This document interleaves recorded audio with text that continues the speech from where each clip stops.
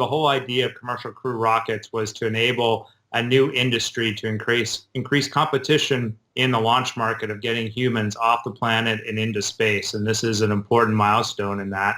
There are multiple companies involved overall. We have, we're building multiple new rockets, but specifically in this program, we have SpaceX, we have Boeing. They're both going to launch humans to space. And today is the first time we take that big step of having these vehicles come to fruition. And for me, it speaks to opportunity. It changes, how we're going to be able to leverage space in the future and the benefits that we can bring back to humanity with that. I think it's huge. Young people should look at this and say, wow, this is going to change, how many people are flying in space in the future. If I've got a problem I want to solve and I can use space as part of that solution, it's going to make it much more accessible. It's going to make it cheaper to leverage space in the future. One of the really neat things about this rocket today is the first stage is reusable. It's going to launch these two humans, Bob and Doug, to space. And when it's done its job, it's going to turn around and come back and land so it can be reused again. I mean, these are incredible steps forward.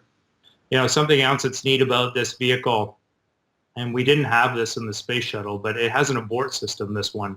And so if something happens to the rocket, either on the launch pad or, during the launch profile to orbit, we can eject that capsule off the top of the rocket. And it really increases the survivability of the crew if we do have a problem with the rocket on the way to orbit today. So that's pretty comforting to know that we have that technology incorporated into this vehicle.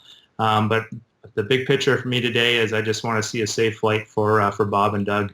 We see this as paving the way to going back to the moon, to setting up a reusable transportation infrastructure between Earth and the moon.